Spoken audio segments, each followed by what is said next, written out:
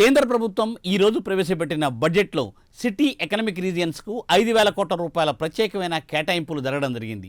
ఎందుకంటే నగరాల ఆర్థిక అభివృద్ధికి ఒక్కొక్క రీజియన్కు 5,000 కోట్లు అంటే దేశవ్యాప్తంగా 7 కొత్త హైస్పీడ్ రైల్వే కారిడార్స్ ఏర్పాటుకు కూడా ప్రత్యేకంగా కేంద్ర ప్రభుత్వం ముందడుగు వేస్తూ ఉంది. అంటే ప్రత్యేకంగా ఏంటంటే దేశంలో కేవలం గ్రామాలే కాకుండా పట్టణాలను కూడా అభివృద్ధి చేయాలనే దిశగా కేంద్ర ప్రభుత్వం ముందుకు వెళ్తున్నట్టు కనిపిస్తోంది. అందువల్లే ఈ బడ్జెట్లో ప్రత్యేకంగా ఇంత కేటాయింపులు జరపడం జరిగింది. అలాగే కొత్త హైస్పీడ్ రైల్ కారిడార్స్ కూడా ఏర్పాటు చేయడం అనేది ప్రత్యేకం. ఇక్కడ హైదరాబాద్కి యాక్చువల్గా దీంట్లో మరొక గుడ్ న్యూస్ ఉంది.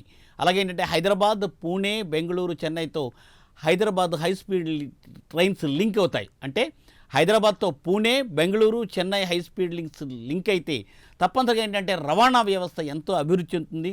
ప్రత్యేకంగా చాలా ఫాస్ట్గా డెవలప్ అవుతున్న హైదరాబాద్, అలాగే పూణే, బెంగళూరుతో పోటీ పడుతూ డెవలప్ అవుతున్న హైదరాబాద్కి ఇది ప్రత్యేకంగా ఒక వరమనే చెప్పవచ్చు.